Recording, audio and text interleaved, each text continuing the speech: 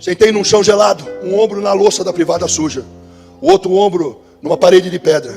Fechei a porta de madeira com o trinco.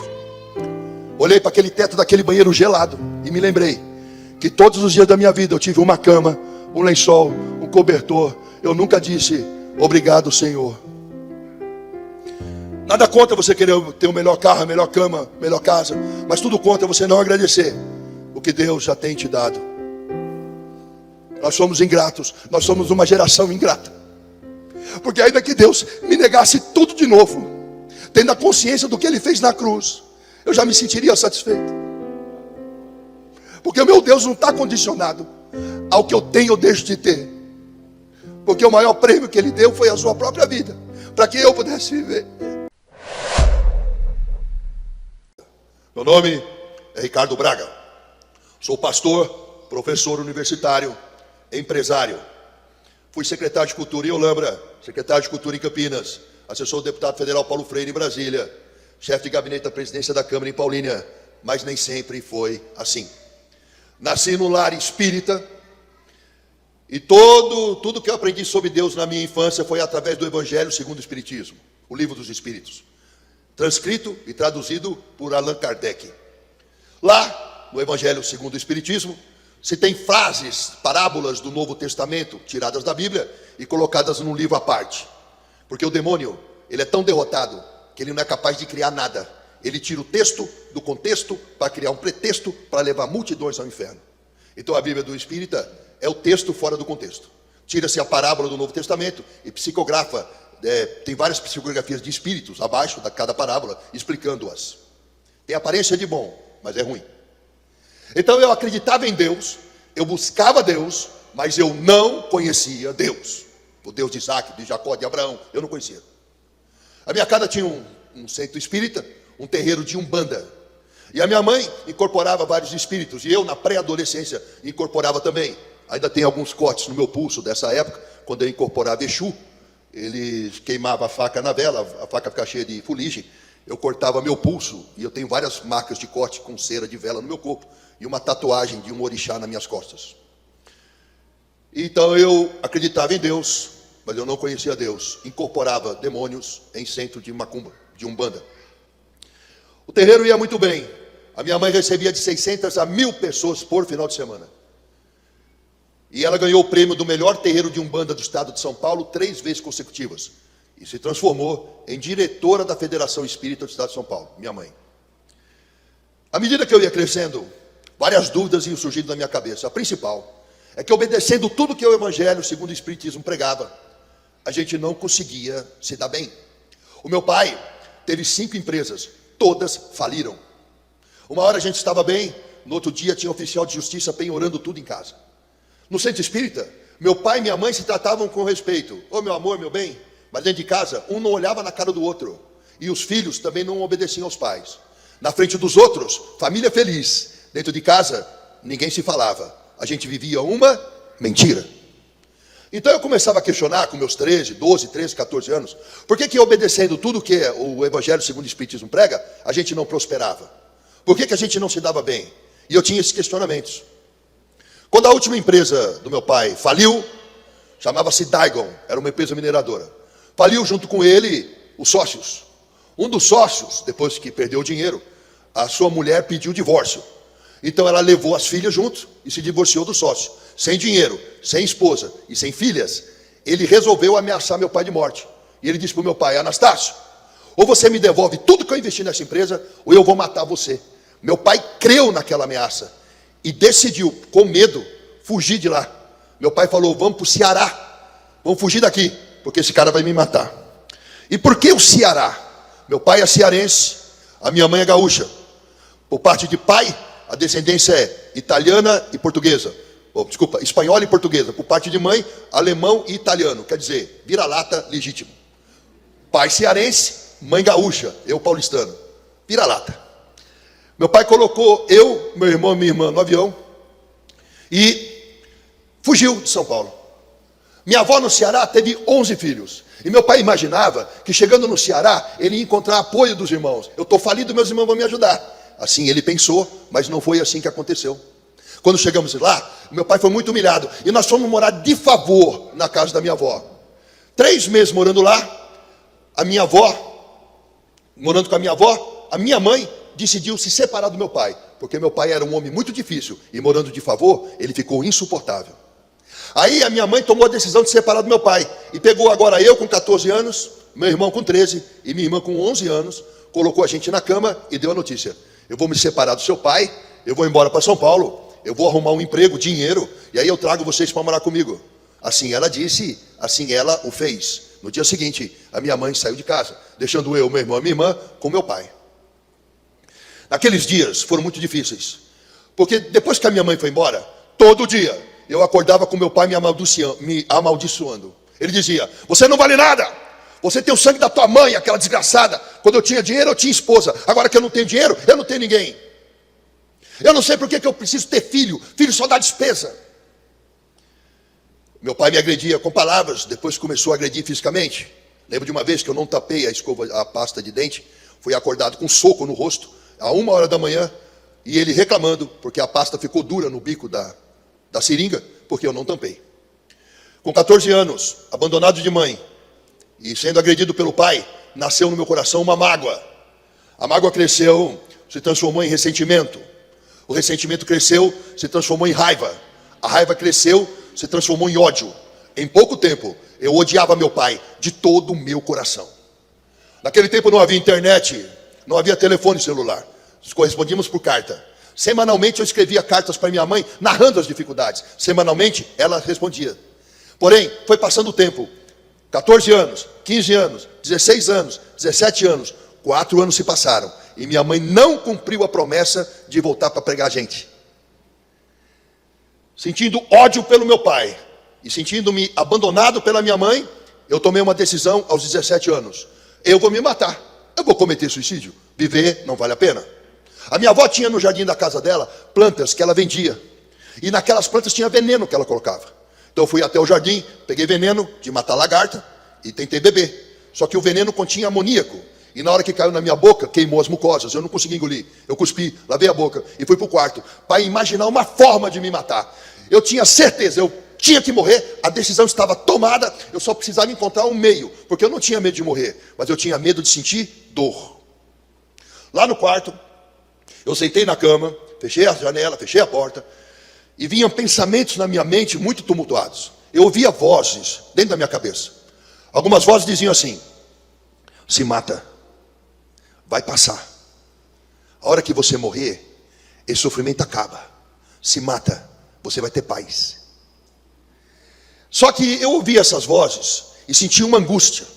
Meio que para distrair o pensamento, eu olhei para a parede do quarto e estava pregado na parede do quarto o mapa rodoviário do Brasil, da revista 4 Rodas, que meu tio Jorge tinha pregado lá.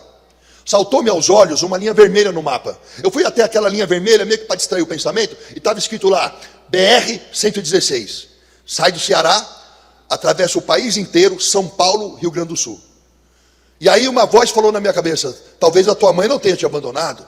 Talvez ela esteja passando por dificuldades e parou de te escrever para não te perturbar. Eu acreditei nisso. Eu falei: como assim? A minha mãe está passando por dificuldades e eu aqui pensando em tirar a minha vida? Aí eu mudei a decisão. Ao invés de me matar, eu tomei outra decisão. Eu vou fugir de casa, eu vou para São Paulo, eu vou ajudar minha mãe a arrumar dinheiro e vou juntar a família de novo.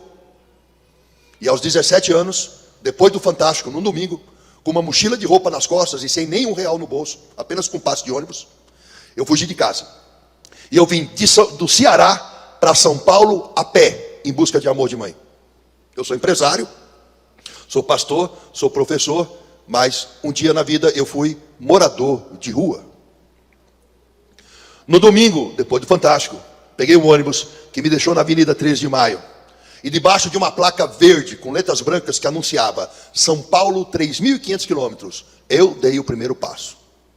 Caminhei a noite toda até 3h30 da manhã. Às 3h30 da manhã eu tive sono e cansaço.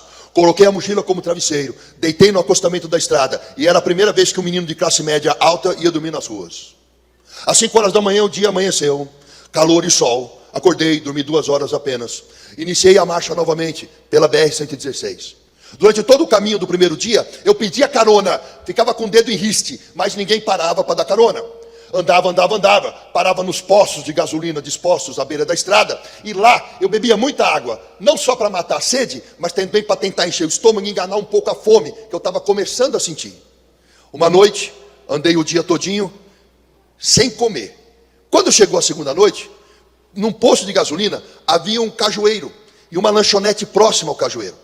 Eu fui até aquele cajueiro, coloquei a mochila como travesseiro no tronco, e adormeci. Quando amanheceu a manhã seguinte, pela primeira vez na minha vida, eu tive fome.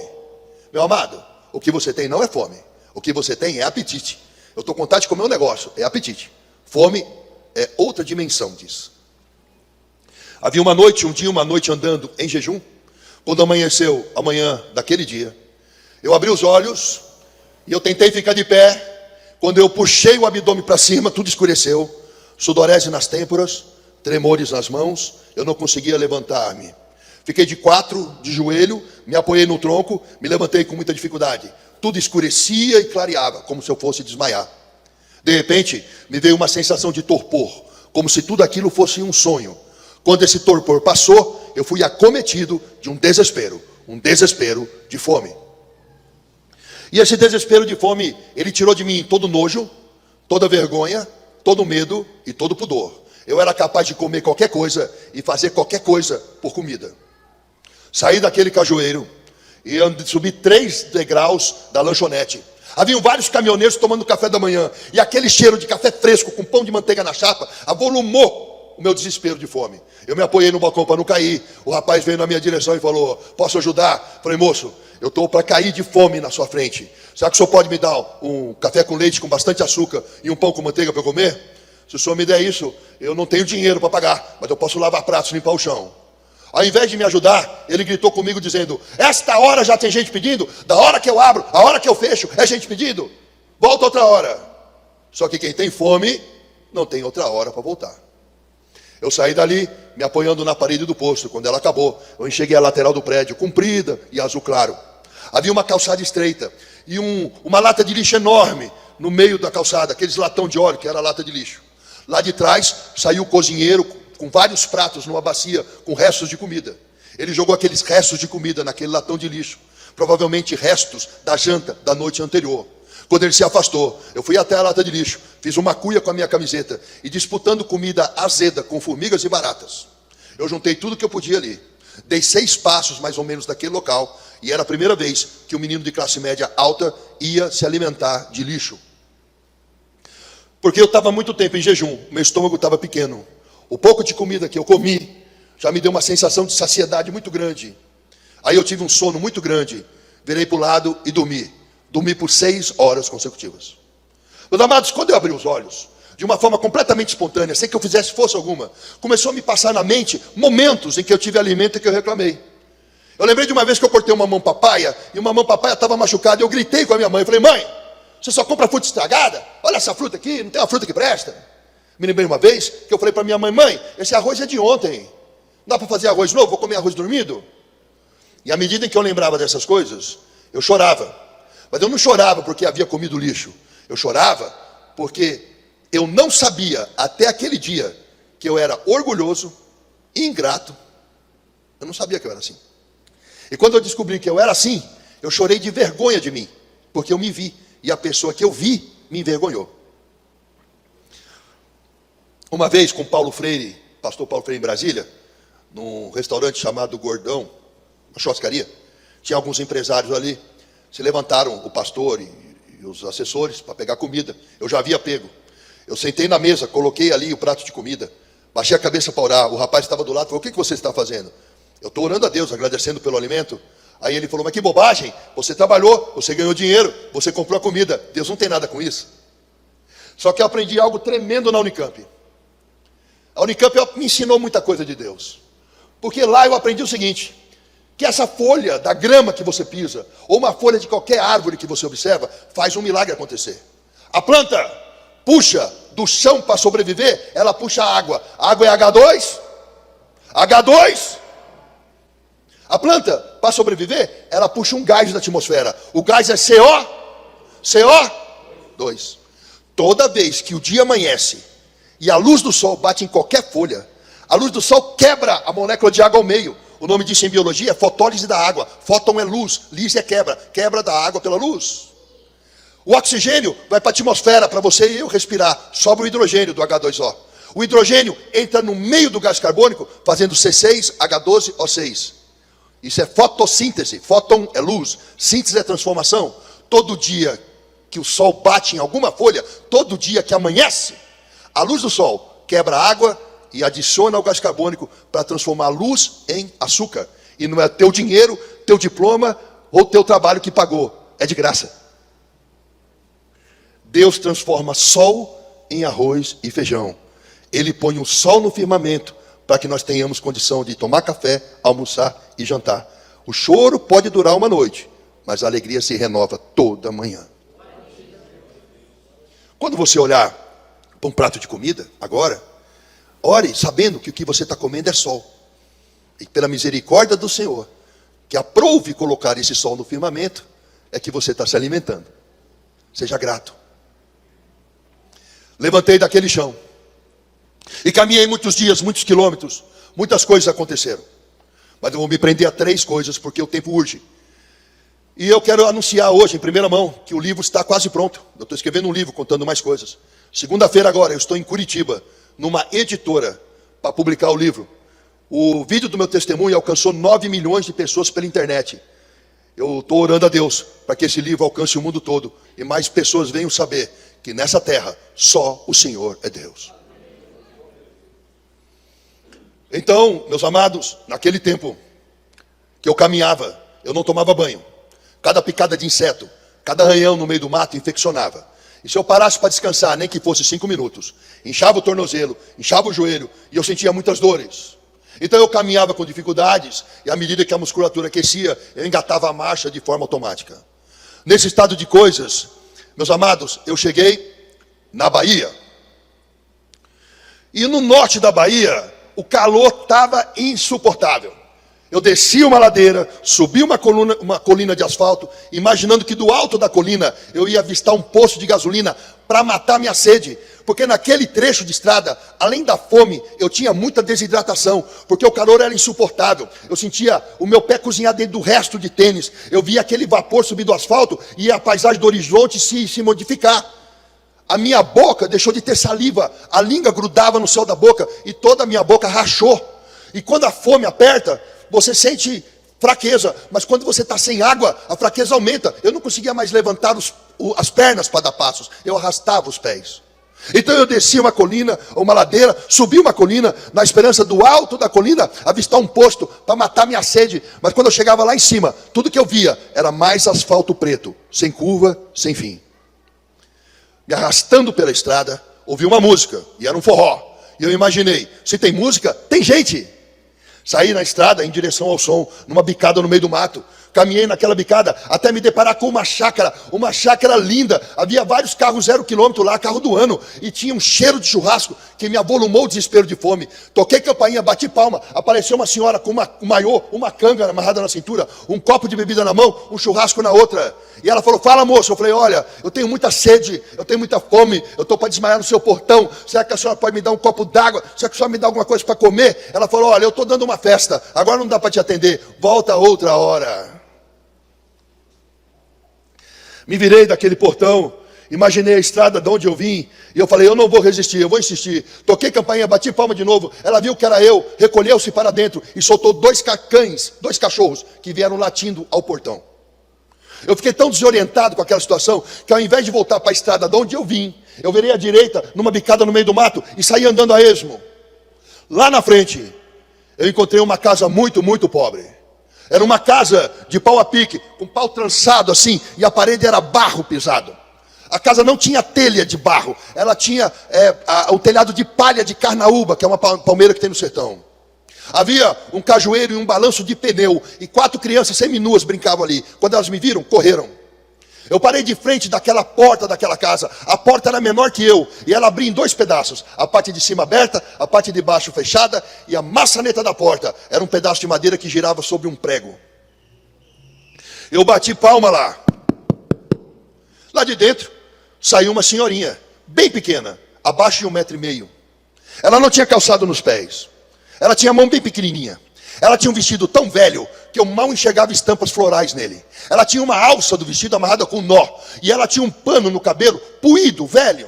Ela assustada, bem pequenininha, um homem na porta dela, grande. Aí ela falou, fala moço. Eu falei, olha, eu venho de muito longe. Eu tenho muita sede. Eu estou para cair na sua porta. Será que a senhora tem alguma coisa para eu comer? Alguma coisa para beber? Ela sorriu. Eu reparei o sorriso dela. Ela tinha pouquíssimos dentes na boca. E até hoje, mesmo o sorriso da minha esposa não é tão bonito quanto o sorriso daquela mulher. Ela tinha o rosto enrugado, não rugas como as minhas, mas rugas profundas, como se fora um papel amassado. E ela sorriu e me olhou. E se eu tiver que dar um nome para aquele olhar, se eu tiver que batizar aquele olhar com nome, eu diria ternura. Ela estendeu uma mãozinha bem pequena naquela casa pobre. E sorrindo para mim, ela disse, entra meu filho. Parece bobagem falar agora para você. Mas para quem está naquela situação que eu estava, ser chamado de filho, fez diferença. Eu me senti acolhido. Quando você está na miséria, quando você revira a lata de lixo para almoçar e para jantar, as pessoas não te enxergam. Quando alguém te chama de filho, numa situação de extrema dificuldade, seu coração parece que pega fogo. E ela falou, entra meu filho. Eu entrei numa sala que não tinha piso, era só terra batida, não tinha uma cadeira para sentar, só redes penduradas na parede. Eu passei por um quarto cuja porta era um pano que corria num barbante. E fui até a cozinha, que tinha o único móvel da casa, uma mesa de madeira, 2 bancos de igreja assim, sem encosto. Ela me deu um prato, mandou sentar. Ela botou um prato de aço esmaltado fundo na minha frente. Ela tirou um paninho de um potão de barro com uma caneca de alumínio amassada mais limpa. Ela fez um tibum e tirou lá de dentro uma água barrenta e salobra. E ela disse, beba meu filho, beba, beba, mata a sua sede. E eu bebi aquela água com gosto de barro, um gostinho de sal. Enquanto eu bebia a água para matar minha sede, com alegria, ela ia na única prateleira que tinha lá e começou a sacudir umas cabaças. Nenhuma fazia som. A última fez tch, tch, tch, com alegria.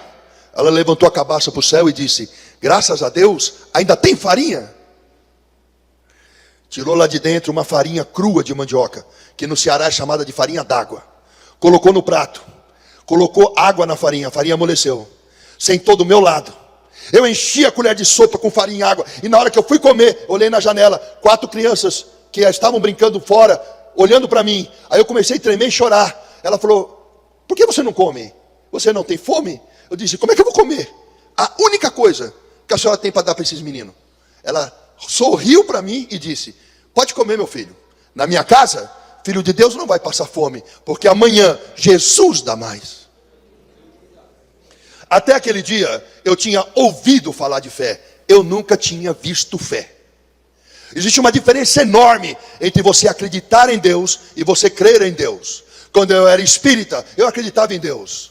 Hoje, cristão, eu creio em Deus. E qual é a diferença, pastor? Quem acredita diz assim, tem um Deus no céu, mas eu tenho certeza que Deus está lá, mas eu não conheço a sua voz, eu não ouço a sua voz, eu não sei seus pensamentos. Quem acredita diz assim, tem um Deus no céu, mas eu não tenho vontade de ler sua palavra, eu não tenho fome pelas escrituras. Quem acredita diz assim, tem um Deus no céu, mas convém que eu tome as minhas decisões e ele tome as dele, eu caminho sozinho. Quem crê diz assim, tem um Deus no céu, eu conheço a sua voz, eu ouço seus passos. Quem crê diz assim, tem um Deus no céu, eu tenho fome e sede das escrituras, eu medito nela de dia e de noite. Quem crê diz assim, tem um Deus no céu e eu sinto a sua presença, eu percebo ele do meu lado. Quem crê diz assim, tem um Deus no céu, convém que a vontade dele prevaleça sobre a minha, porque ele deu seu Filho unigênito para que todo aquele que nele crê não pereça, mas tenha vida e vida eterna. E o Espírito me trouxe aqui essa noite para perguntar a você, jovem, você acredita ou você crê? Quem acredita vive uma religião e não há mudança de vida. Quem crê vive um relacionamento e esse tem a vida transformada. Quem acredita vivendo uma religião vai para o inferno de terno, gravata e Bíblia na mão. Quem crê é colhido como feixe de trigo em direção à nova Jerusalém celestial. Porque aquele que acredita não tem relacionamento com Deus. E naquele dia dirá, mas em teu nome eu curei doentes, em teu nome eu expulsei demônios. E Jesus falará, te aparta de mim, porque eu não te conheço, você nunca teve parte comigo. Jesus está voltando. Os tempos são findados. Nós não estamos podendo mais gastar tempo brincando de crente, porque eis que estou à porta e bato, diz o Senhor. Nós somos a noiva do Cordeiro. Temos que estar cheio de azeite na lâmpada, preparado para as bodas, porque aquele que há de vir virá. Eu não sei se essa geração, incluindo a minha, verá a morte. Jesus está às portas do arrebatamento. Nós não podemos mais brincar de ser crente e vir para a igreja todo culto, acreditando em Deus, sem crer em Deus, sem ter com Deus um relacionamento, porque a placa da igreja não salva, o terno não salva, o coque não salva, a Bíblia não salva, na mão não salva, o cargo na igreja não salva. Quem salva é Jesus.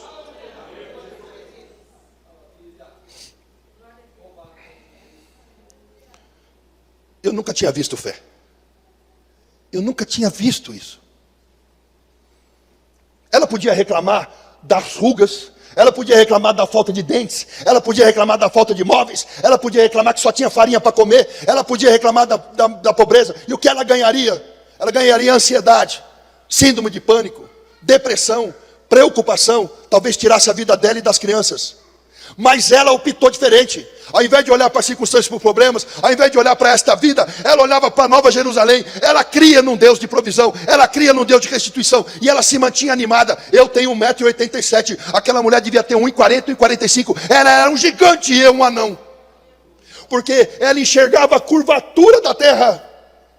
Nós passamos por poucos problemas. Numa pandemia, muita gente não vem mais na igreja. Mas naqueles dias, dos primeiros homens da primeira igreja, eram cerrados ao meio, eram presos, torturados, chicoteados. Não tinha onde botar a cabeça. O travesseiro era pedras e o mundo não era digno deles. E eles viveram sem alcançar a promessa naquele dia, para que nós pudéssemos alcançá-la hoje.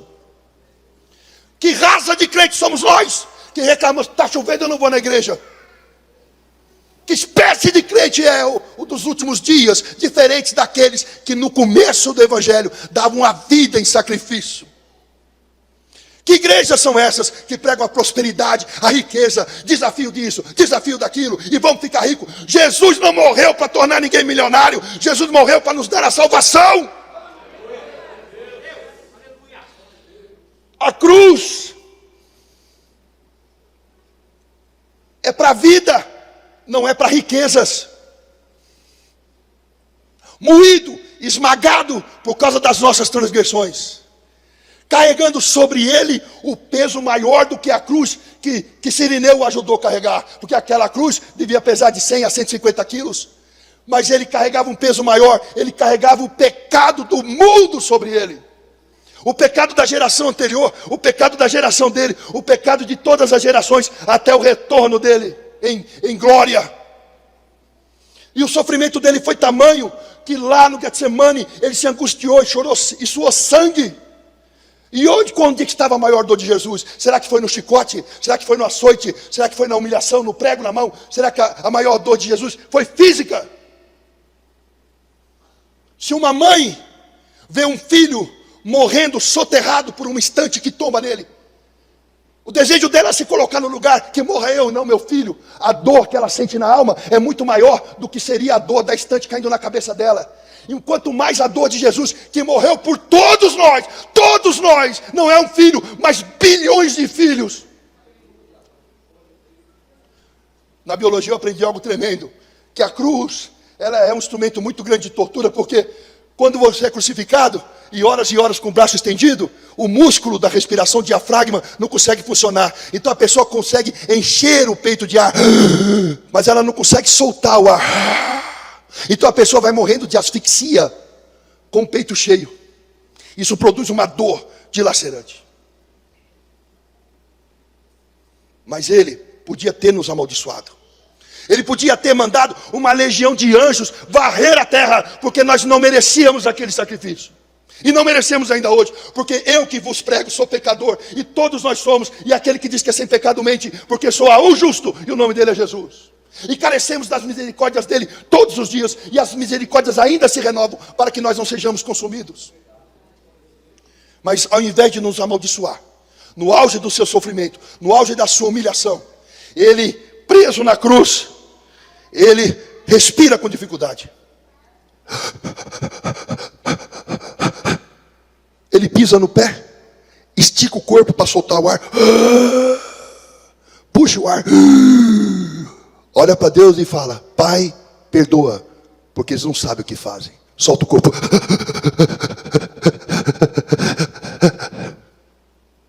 Não nos amaldiçoou, Ele nos amou naquele momento. Todo o pecado do mundo estava sobre Ele. E ali Jesus sentiu a sua maior dor, porque até aquele momento Ele e o Pai eram um. Mas quando o pecado do mundo foi posto naquele cruzeiro, o Deus Pai abandona Jesus. Ele vira o rosto, porque Ele não suporta tanta imundícia. E Deus Pai e Jesus eram um. Naquele momento Jesus estava sozinho. No alto do sofrimento, o próprio Deus Pai não estava com Ele. Então Ele pisa no prego, estica o corpo, solta o ar, puxa o ar. Pai, Pai, por que me abandonastes?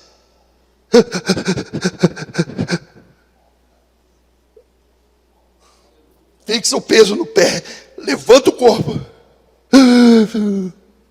A ti entrego o meu espírito. Está consumado.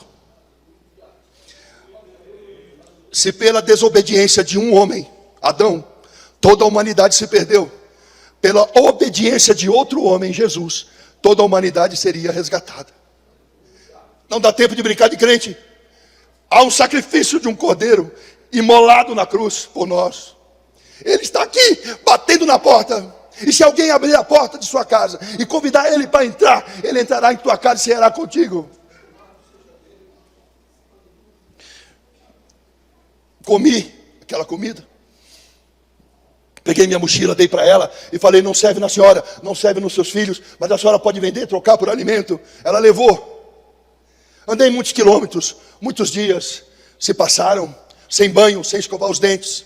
E eu não tinha mais roupas para usar, só uma camiseta, uns shorts e um resto de tênis no pé. Desse jeito, eu cheguei em Minas Gerais. Em Minas Gerais, muitas montanhas, fez muito frio. Numa madrugada muito fria, havia chuva, garoa fina e uma neblina muito grande. Meu corpo inteiro tremia, meu lábio azul, meus dedos das mãos azuis. Eu sabia que eu ia morrer de frio aquela noite se eu não me abrigasse. Olhei na neblina, tinha um posto de gasolina, Esso, é um posto da época. Caminhei em direção ao posto. Numa alta madrugada, eu sentei do lado da bomba de combustível e comecei a botar meu braço para dentro da camiseta para tentar me aquecer. O vigia do posto veio atrás de mim sem que eu percebesse. Me deu um chute nas minhas costas. Pá! Eu caí com o rosto no chão. Eu não conseguia ficar de pé imediatamente, tinha um ritual. Ele falou: tá vendo? Pingaiada! Isso é hora de dormir no posto. Tá tão bêbado que não consegue nem levantar. Chutou meu rosto, pisou nas minhas costas. Enquanto eu apanhava, eu rastejava para fora daquela marquise. Quando a chuva engrossou, para não se molhar, ele parou de me bater. Surrado, com frio, eu me rastejei num chão cheio de óleo e areia, me apoiei num pneu de caminhão, fiquei de pé com muita dificuldade. Dei a volta pelo mato e entrei no banheiro do posto por trás. Peguei papel de enxugar a mão, coloquei dentro da camiseta. Olhei a privada, toda suja de fezes, sem tampa, sem descarga. Sentei num chão gelado, um ombro na louça da privada suja, o outro ombro numa parede de pedra. Fechei a porta de madeira com o trinco. Olhei para aquele teto daquele banheiro gelado e me lembrei que todos os dias da minha vida eu tive uma cama, um lençol, um cobertor. Eu nunca disse obrigado, Senhor. Nada contra você querer ter o melhor carro, a melhor cama, a melhor casa, mas tudo contra você não agradecer o que Deus já tem te dado. Nós somos ingratos, nós somos uma geração ingrata.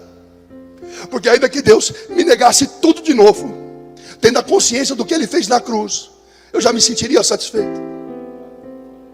Porque o meu Deus não está condicionado ao que eu tenho ou deixo de ter.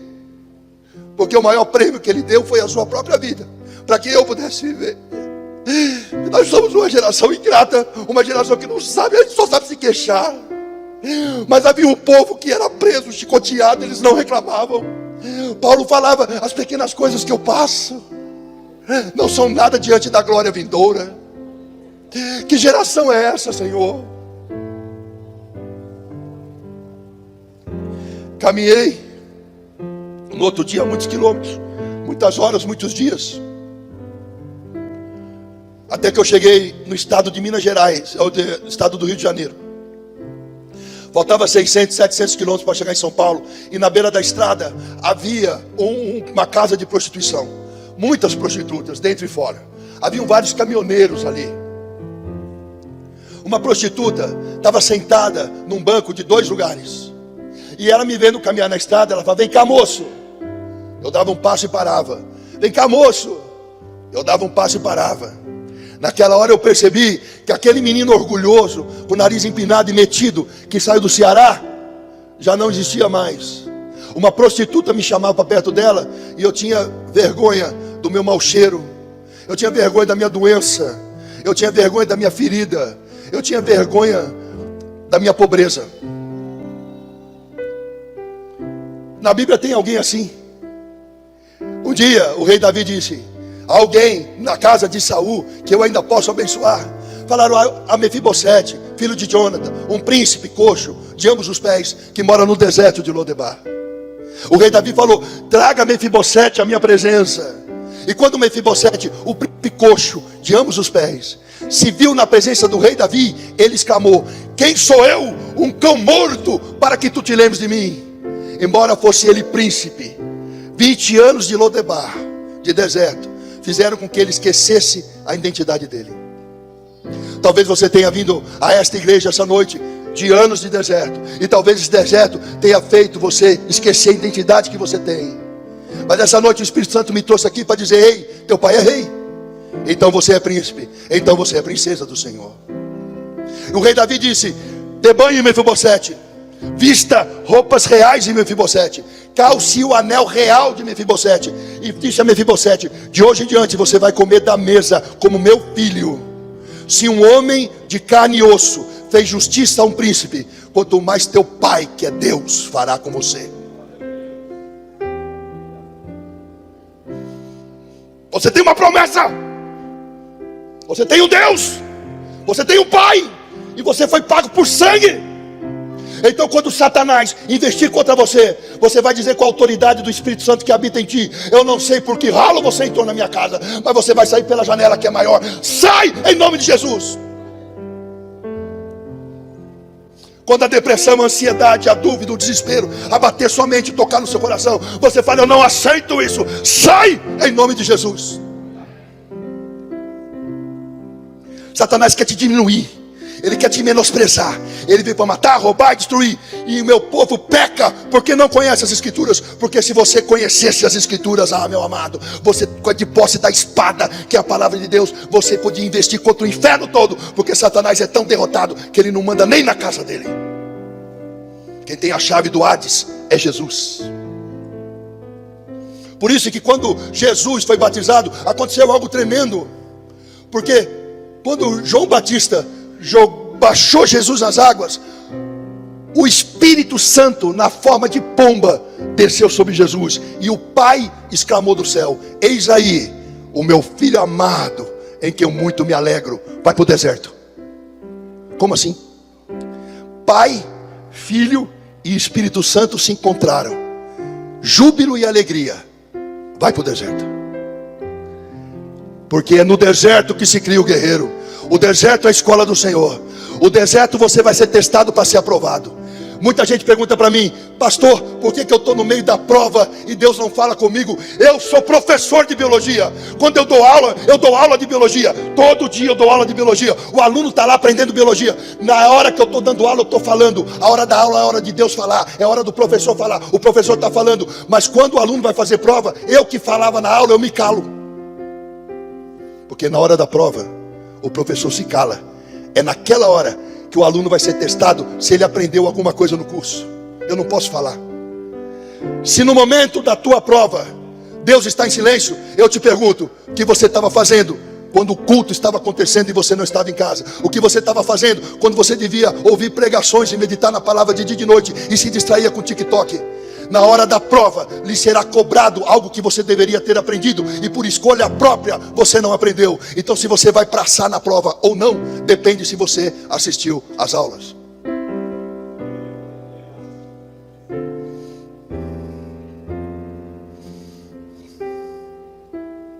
Gente, Deus é maravilhoso. Deus é tremendo. Eu saí daquela estrada com muita insistência da prostituta. Eu sentei do lado dela no banco com muita vergonha. E lembrando de Mefibosete, como ele, eu me sentia como um cão morto. mas quanto vale essa nota? Quanto vale isso? R$200. Aqui tem R$200, sim ou não? Se eu amassar, quanto que ela vale amassada? R$200. Se eu jogar no chão, quanto que vale jogada no chão? R$200. E se eu pisar e sujar, quanto que vale essa nota agora, pisada e suja? R$200. O deserto e o inferno pode te pisar, te amassar, te jogar no chão, jogar para baixo. Mas assim como essa nota, para Deus, você também não perde valor. Do lado da prostituta, ela conversou comigo uns 5 minutos. Aí ela falou: nossa, você fala bem, você estudou? Eu falei: eu? Nos melhores colégios de São Paulo. Ela falou: mas o que você está fazendo na rua? Aí eu contei a história que eu estava indo em busca de amor de mãe. Ela chorou, me deu um copo de café e falou: não sai daqui, você promete que você fica aqui? Eu falei: eu prometo. Ela entrou dentro da casa de prostituição com um caminhoneiro. Eu fiquei tomando aquele café quentinho, delicioso, primeira coisa limpa que eu punha na boca. De repente, meia hora depois, saiu de lá o caminhoneiro, abotoando o cinto. E ele falou: quem é o menino? Eu falei: aquele menino ali. Ele falou: bora comigo para São Paulo. Eu falei: eu não tenho dinheiro para pagar o senhor. Ele falou: ela pagou para você. Uma prostituta deu a única coisa que ela tinha, o próprio corpo, para que eu, um desconhecido, tivesse a chance de encontrar minha mãe. O nome disso é amor. A igreja religiosa, ela julga demais uns aos outros. Está vendo aquele irmão? Estava lá na igreja, agora está lá no bar bebendo. Enganou o pastor. Eu nunca enganou. Está vendo aquela irmã? Estava lá no louvor, agora foi para o mundo. Tomara que fique lá. Enganou o pastor. Ela nunca enganou. Ao religioso, eu tenho algo importante para te contar. Tem uma prostituta na família de Jesus. O nome dela é Raabe. Tem uma estrangeira na família de Jesus. O nome dela é Ruth. Tem um assassino e adúltero na família de Jesus. O nome dele é o rei Davi. Porque enquanto o diabo aponta o dedo, Jesus escancara o braço. Jesus ama o pecador e odeia o pecado. 2 pessoas traíram Jesus. Uma foi Pedro, a outra foi Judas. Pedro e Judas andavam com Jesus. Pedro era amigo de Jesus, próximo a Jesus. E quando o galo cantou, Pedro falou: eu não conheço este homem. Jesus tomou um soco no rosto. No Evangelho de Lucas conta essa passagem. Soco no rosto. E Jesus, depois de ter sido socado, olhou para Pedro. Pedro saiu e chorou amargamente. Judas traiu Jesus. Ao invés de procurar Jesus, Judas foi lá no fariseu que pagou 30 moedas para ele. O fariseu olhou para Judas. Judas saiu e se enforcou. Por que Pedro traiu Jesus e viveu? Por que Judas traiu Jesus e morreu? Porque o olhar de Jesus para Pedro foi um olhar de amor, de perdão. O olhar do fariseu para Judas foi um olhar de acusação. Ele disse: você é culpado do sangue daquele inocente. O arrependimento admite o perdão. Já o remorso não admite o perdão. O remorso vem cheio de culpa. O perdão salva e liberta. A culpa mata. Judas se enforcou. Mas quando Jesus ressurreto apareceu para as mulheres, ele disse: diga a Pedro e aos outros, para que Pedro soubesse que ele ainda o amava, independente dele o ter negado. E quando Jesus foi se encontrar com Pedro, Pedro contente pulou nas águas com a capa, nadou até a praia e conversando com Jesus em torno de uma fogueira, só os dois, na intimidade. Jesus perguntava: Pedro, tu me amas? Amo, Senhor. Pedro, tu me amas? Amo, Senhor. Pedro, tu me amas? Chorando ele disse: tu sabes que eu te amo. 3 vezes Pedro negou Jesus. 3 vezes Pedro disse que amava Jesus. Naquele instante, Jesus curava o coração de Pedro. Não importa quanto você tem errado, não importa o que você tenha feito, não importa se você voltou para a igreja, aceita o perdão de Deus e se perdoe. Porque se Deus perdoa e esquece, por que você tem que ficar lembrando? Quem te acusa é Satanás. Tem um perdão sobre a sua vida, perdoe-se. Tem um perdão sobre a sua vida, perdoe-se. Tem um perdão sobre a sua vida, perdoe-se. Não se culpe, não seja tão cruel com você. Se teu arrependimento é verdadeiro, ele dará frutos. E é só o que Deus quer, frutos de arrependimento. Esqueça. Subi naquele caminhão. Esse caminhão me deixou no Museu do Ipiranga em São Paulo. Do Museu do Ipiranga eu caminhei até a Cardoso de Almeida, casa da minha avó. Eu vou acelerar porque o tempo urge. Toquei na maçaneta, a maçaneta abriu. Segundo andar, apartamento 21. Minha avó, quando me viu, ela só sabia me abraçar e me beijar. Ela não reparou na minha sujeira. Ela não reparou no meu mau cheiro. Ela não se importou com as minhas feridas. Ela só sabia me amar. E a pergunta que o Espírito Santo faz à igreja essa noite é: como que você está tratando o seu pai, sua mãe, seu avô e sua avó? Eu não tenho tempo de ver a avó. A avó, ela fica falando nome de gente que já morreu, fica reclamando de tudo, de dor disso, dor daquilo. Minha avó não sabe o que é iPhone, o que é iPad, ela vê da Atena. O que eu vou fazer lá? Você não lembra? Você está reclamando que ela fala muitas vezes a mesma coisa. Mas quando você era pequeno, ela contava uma historinha, você falava de novo, vó, ela repetia. Você precisa trocar a fralda de um vô que tem problema de urina. Que nojo. Mas quando você urinava, ele trocava as suas. Você tem paciência com o povo da igreja, você tem paciência com o cliente no trabalho, mas não tem paciência com o vô, com uma avó, com o pai, com uma mãe. Pastor, eu quero um varão de Deus. Você ajuda a sua mãe? Como que você trata ela? Se você não ajuda a limpar uma casa, a limpar um prato, se você não cuida do seu esposo, não cuida das tarefas que a tua mãe te dá, como é que você vai cuidar de um homem? Aí o varão fala: pastor, eu quero uma esposa. Você não estuda, só tira a nota baixa, não trabalha, não quer crescer na vida. Como é que você vai sustentar uma mulher e filhos? Paixão acaba. Paixão é loucura. Amor é verbo, amor é decisão. A paixão inunda o coração enganoso. O amor desperta a razão. Porque eu amo, tu amas, ele ama. Nós amamos, vós amais, eles amam. É verbo, verbo pressupõe ação. Ação é decisão mental, não é sentimento. Eu sempre falo para os jovens: nunca case antes de 2 anos e meio. Porque 2 anos e meio é o máximo que um cérebro humano consegue estar apaixonado. A paixão é loucura. Sobe um nível de serotonina, sobe um nível de dopamina muito acima da média. E a pessoa fica naquela euforia, esperando o telefone tocar. Ela não vê defeito. O sujeito tem uma verruga com 3 pelos pretos na ponta do nariz. Todo mundo fala: isso é feio. Você fala: feio não, ele é exótico. Se falarem muito mal dele, você vai lá, beija a verruga e ainda chupa o espelhinho. De repente, passa 2 anos e meio, a pessoa telefona, você fala assim: está me ligando de novo? Você olha para a foto dele: o que é essa verruga aqui? Cadê todo aquele amor? Não era amor, era paixão. E a paixão passa. Amor é quando você olha para ela ou para ele, enxerga defeitos e qualidades, e você toma a decisão de encarar o desafio. Eu sou casado.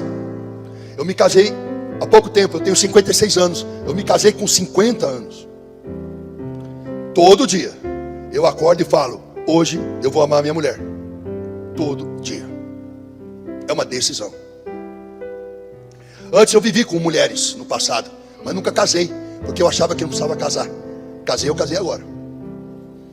Tem gente falando: eu tenho 40 anos ainda não casei. Casei com 50. Deus é bom. Com uma ex-aluna minha, Selene. Na época que eu a conheci, ela tinha 19 anos e eu 44. Agora ela tem 29, vai fazer 30 e eu 56. Aí o pessoal fala: você não fica preocupado que ela é tão mais jovem? Eu falei: eu não, quem tem que estar preocupado é ela, né? Mas Deus sabe todas as coisas. E cheguei em São Paulo. Minha avó mandou tomar banho, eu fui. Meus amados, quando eu tirei a roupa, pela primeira vez eu me vi nu diante do espelho. Não me reconheci. Eu não enxergava a minha pele, era só uma mancha amarela, muita gordura, sem banho. A pele da gente fica amarela e ficam umas manchas pretas grudadas na gordura. Eu olhei meus dentes no espelho, eu não enxergava a divisão entre eles, era uma crosta. Eu escovei os dentes, não conseguia limpar aquilo. Eu fui tomar banho, saiu uma água preta pelo ralo, e por mais que eu me esfregasse, não limpava tudo. O cabelo lavado, com tanto nó, não conseguia pentear. Coloquei um pijama do vô, fui na cozinha, era alta madrugada. Minha avó fez umas torradinhas com queijo e orégano e fez um todão de meio litro assim. Hoje eu como nos melhores restaurantes, mas eu nunca comi e nunca vou comer nada melhor que aquela torradinha, aquele todão, porque estava cheio de amor de vó. Ela colocou um colchão no chão para dormir fininho assim na sala. Eu deitei naquele colchão, parecia que meu corpo não parava mais de afundar, porque Porque foram 4 meses dormindo sob pedras. E quando eu abri os olhos no dia seguinte, a minha mãe estava olhando para mim. Ela pulou, me abraçou, me beijou, choramos. Ela falou: você quer me matar? Você quer me matar? Como é que você fez essa loucura? Eu falei: mãe, eu escrevia para a senhora contando. Agora eu vim, agora nós vamos morar juntos, vou trabalhar. Aí minha mãe me deu notícia. Eu casei de novo. E o homem com quem eu casei não quer que você more comigo. Eu estava sendo abandonado pela segunda vez. No outro dia eu fui até a casa desse homem, o nome dele é Lineu Spalato. Bati a campainha aí, meu avô. Quando ele abriu a porta, ele falou: você é o filho de Nildo? Eu sou. Sua mãe não falou com você? Eu tenho muito dinheiro, não vai te faltar nada, fica no seu avô. Aí eu falei: mas eu quero morar com a minha mãe. Ele falou: não, porque eu casei com ela, eu não quero filho aqui que vai me atrapalhar o relacionamento. Eu falei: mas você não me conhece, me dá a chance de morar aí 1 mês. Se eu atrapalhar, você me manda embora. Mas não me manda embora antes de me conhecer. Ele falou: não, fica no seu avô. Esse homem morreu tem uns 9 anos atrás. Ele não era mais rico, morava de aluguel. E quem cuidou dele no final da vida fui eu. Deus exalta quem se humilha. Na porta daquela casa eu olhei para o meu avô e falei: vô, é possível ser feliz na vida? Meu avô falou: é. O que eu faço para ser feliz? Ele falou: faça uma faculdade, tenha um bom emprego e arrume uma mulher que te ama. Fiz faculdade, arrumei um bom emprego no banco e tinha uma mulher que me amava. E depois de 4 anos morando junto com ela, eu não era feliz com nada que meu avô falou. Porque o diabo, ele te dá as coisas por fora para tentar mudar você por dentro. Jesus não, ele muda você por dentro para depois te dar as coisas por fora. Eu desconfiava do meu casamento. Eu olhava para ela, essa mulher, eu fui abandonado por mãe. Eu não confiava em mulher nenhuma. Eu fazia da vida dela um inferno. Quando estava tudo muito bom, eu falava: tá bom demais para ser verdade. Alguma coisa vai dar errado nesse negócio. Aquele pensamento ruim, negativo. No final de 4 anos de casado, ela falou: vamos nos separar. Casado, morando junto, né? Vamos nos separar. Eu falei: vamos falar para os teus pais depois do Natal, porque senão vai estragar a festa. E aí eu fui para a cidade do meu sogro, São Miguel Arcanjo, o nome da moça, Isildinha Aparecida Machado. Para a cidade de São Miguel Arcanjo. E na noite de Natal, na casa do meu sogro, sem que ninguém soubesse que a gente ia se separar, recebo um telefonema de Fortaleza, Ceará. O tio Roberto ligou na casa do meu sogro e me deu a notícia: Ricardo, você está em pé? Falei: tô. Senta. Eu sentei. O que foi, tio? O teu irmão Marcelo se enforcou. O meu irmão se matou na noite de Natal. Peguei o avião com a minha mãe, fui até Fortaleza. Vi o enterro do meu irmão. Minha mãe ficou lá para cuidar do neto. Eu voltei sozinho para São Paulo. Separei, irmão morto, longe da minha mãe de novo. Larguei a noite pelo dia, larguei o emprego. Fui morar de favor na casa de um amigo, Marcelo Braulio, no bairro Santa Cecília, em São Paulo, em frente à Santa Casa. Trocava a noite pelo dia, bebia a noite toda e saía com prostituta. E durante o dia dormia. Conheci uma moça, Mariana Melilo Sauer, médica, infectologista hoje, na época estudante de medicina. Conheci ela no centro espírita, onde eu ia tomar uns passes. 2 anos nessa vida, namorando a Mariana, no café Piu Piu no Bexiga, numa mesa cheia de cerveja. A Mariana apareceu e falou no meu ouvido, 2 anos depois: Ricardo, teu pai morreu. Meu pai infartou. Levantei um brinde na mesa, vamos brindar. O pessoal, brindar a quê? A morte de um desgraçado. Esse era meu coração. Alguém da mesa falou: eu vou mudar de São Paulo, estou indo para Campinas. Eu falei: por quê? Vou fazer vestibular na Unicamp, se Deus quiser eu vou passar. Eu falei: dá tempo de se inscrever? Dá. Fui lá, me inscrevi para o vestibular e passei. Vim fazer biologia na Unicamp aqui em Campinas. Sem dinheiro, fui morar na moradia do estudante. Eu era conhecido na faculdade como Cepacol. E o Espiga, que é um amigo meu. E a gente era muito popular. Eu bebia, fazia festa. Eu não tinha dinheiro, mas para bebida, droga e festa sempre aparecia alguém pagando. Aí apareceu um anúncio no balcão de emprego da faculdade: precisa de professor de biologia assistente no COC. Aí eu fui, consegui um emprego. Em 6 meses os alunos fizeram abaixo-assinado para que eu fosse eleito professor efetivo. E eu virei o professor Cepacol famoso na região. Eu dava 70 aulas por semana em Vinhedo, Valinhos, Campinas, Franca e Ribeirão Preto. Comprei carro, meu salário no total era 20, 25 mil reais por mês no salário de hoje. Comprei carro, aluguei casa com piscina e saía com um monte de mulher. E quem olhava para mim falava: esse é o cara, alegre, feliz, cheio de mulher, carrão, salarião, professor famoso. Mas ninguém sabia que eu acordava com o rosto atolado no próprio vômito quase toda manhã. E para levantar da cama e trabalhar, e para parar de tremer a mão, eu tinha que beber 2 latinhas de cerveja às 6 horas da manhã. Ninguém sabia que aquele sorriso era falso, ilusório, porque dentro de mim eu estava destruído, bêbado, drogado. Sexo não me dava alegria, as festas não me davam alegria, era tudo superficial, um vício. Até que a minha vida mudou, porque bêbado, na mesa da cantina do Belo, com médicos e biólogos, bêbado, com o pé em cima de uma caixa de cerveja vazia, bêbado, só de calção sem camisa, passa uma crente, Helene Peters, filha do pastor e físico da Universidade Federal do Paraná, Hans Peters, e da sua esposa Miriam Peters. Essa moça estava cheia do Espírito Santo. Ela veio de um encontro com Deus. Ela não pregou nada para mim. Ela não tinha Bíblia. Ela só passou por mim. O meu olho cruzou com o dela. Quando meu olho olhou para o dela, eu vi algo diferente. Havia um brilho, uma leveza. Parecia que ela não pisava no chão, mas andava em nuvens. Eu falei, quem é essa moça? A Helene. Eu falei, mas ela é bióloga? É. Mas como é que eu não vi ela embalada nenhuma? Fizeram cara de nojo e falaram, não, ela é crente. Eu falei, crente assim, tipo evangélico? É. Eu pensei, como que uma pessoa estudada pode ser evangélica? Porque eu li a Bíblia na faculdade. Acreditar que o mar se abre, que o machado flutua nas águas, que um cara fica 3 dias dentro de um peixe, e que o sol para no céu porque alguém pediu, é coisa para ignorante. Bêbado, eu fui em direção a Helene e pensando assim, eu estudei Aristóteles, Heráclito, Platão, Dionísio, eu estudei Jean Paul Sartre, Simone de Beauvoir, eu estudei Engels, Karl Marx, eu estudei Durkheim, eu estudei Gramsci. Eu vou dar um nó na cabeça dessa crente. Cheguei, Helene, tudo bem?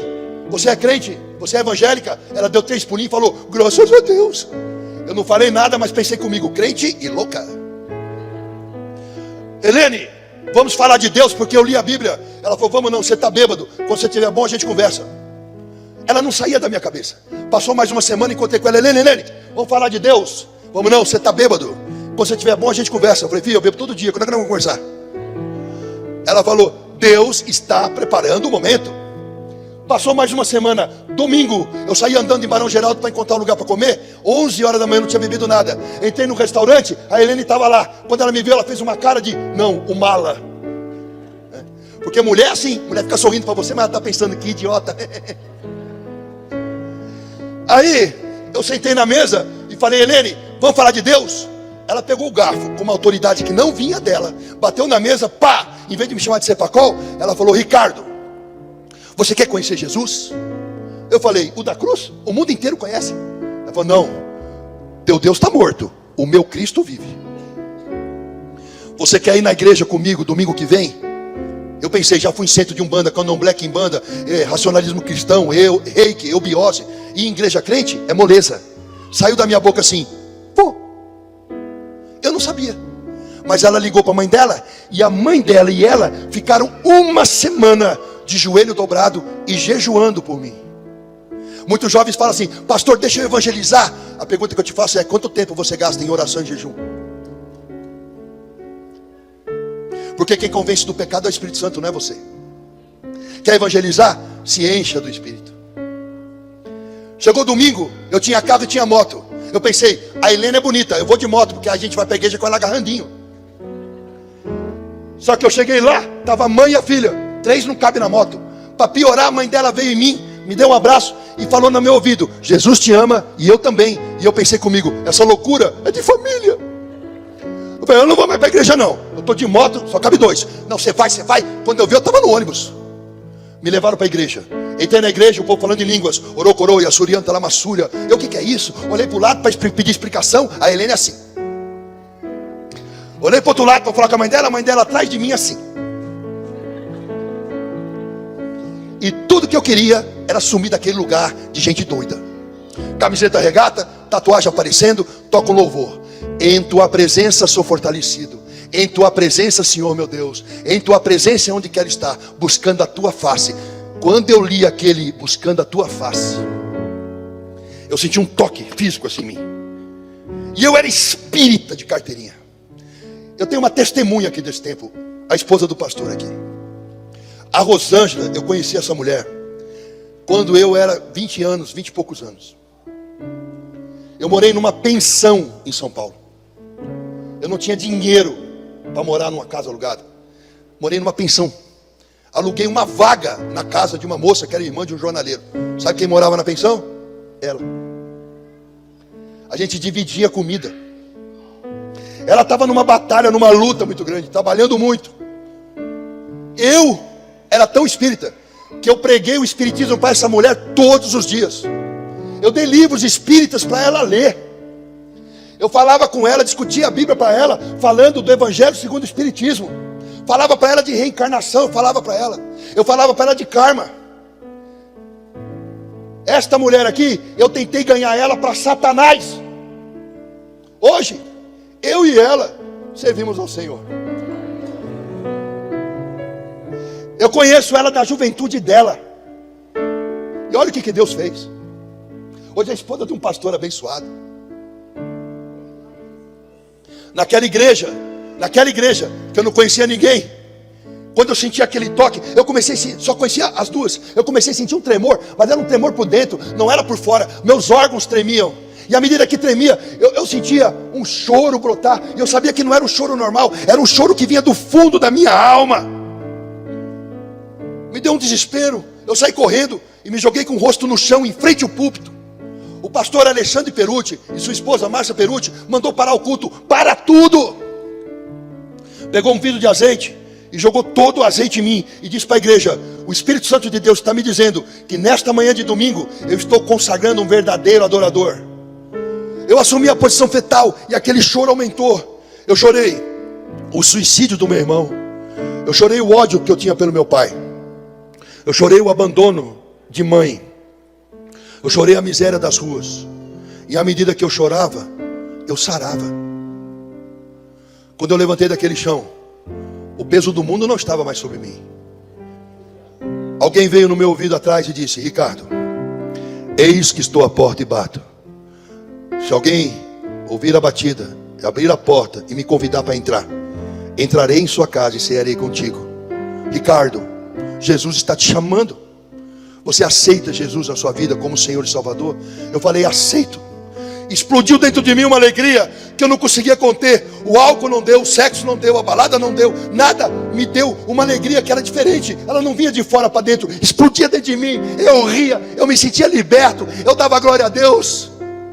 Eu não sentia mais tristeza, nem depressão, nem ansiedade. Eu estava livre. Me deram uma Bíblia. Eu entrei no ônibus cheio de azeite. Ninguém no ônibus queria encostar em mim para não se sujar. E eu falava para a pastora: agora eu sou crente? Ela falava: é crente. Eu falei: como é que eu faço para ser mais crente? Ela falou: calma. E durante 2 anos, para assistir culto, eu ia em Curitiba. Pegava o ônibus sexta-feira à noite, meia-noite. Chegava em Curitiba 6 da manhã. Pastor Hans me pegava lá. Sábado, domingo com eles. Acabava o culto domingo, ele me botava no ônibus meia-noite. Chegava em Campinas 6. E tem gente que não vem no culto porque hoje está cansado. Hoje, a minha mãe, Enilda Tereza Sócrates de Lima Braga, ela mora comigo. Naquele ônibus, naquele dia, cheio de azeite, a minha vida se transformou. E eu sabia que de alguma maneira a minha família também seria alcançada. No domingo, à tarde e à noite, depois do culto, eu li a Bíblia. Eu li a Bíblia e de repente algo que não fazia sentido passou a ter todo sentido. Aí no outro dia eu fui dar aula no cursinho. Segunda-feira de manhã, professor Cepacol famoso. Levei a Bíblia e o livro de biologia e falei lá para os alunos: Gênesis, capítulo 1. Ninguém entendeu nada. Eu tinha um dia de convertido. No começo, a terra era vazia e sem forma. Havia trevas no fundo do abismo e o Espírito Santo de Deus pairava sobre as águas. Biologia, no começo a terra era um conglomerado de gases tóxicos, vazia de vida e sem forma. A Bíblia está certa. Gênesis, e a água saiu do solo na forma de vapor. Biologia, até hoje é assim. De tudo que um vulcão cospe é vapor d'água, 10% é vapor d'água. A Bíblia está certa. Gênesis, e Deus criou as ervas do campo e depois os seres vivos. Biologia, faz fotossíntese. As ervas do campo sustentam todos que respiram e fermentam. A Bíblia está certa. Gênesis, e Deus pegou o homem, pegou o barro, do barro formou o homem, lhe soprou nas narinas o fôlego de vida e o homem se fez alma vivente. Biologia, carbono, hidrogênio, nitrogênio e oxigênio formaram a primeira molécula orgânica, um ácido nucleico em meio aquoso no barro. A Bíblia está certa. Levantei a Bíblia naquela manhã para 300 alunos e disse: se ele está certo no começo, ele está certo até o final. Vamos baixar a cabeça, orar e se arrepender, porque Cristo vive. E 300 alunos oraram comigo naquela manhã. Hoje, a minha mãe mora comigo, a minha irmã, minha sobrinha e o filho do meu irmão que se matou. E eu e minha casa servimos ao Senhor.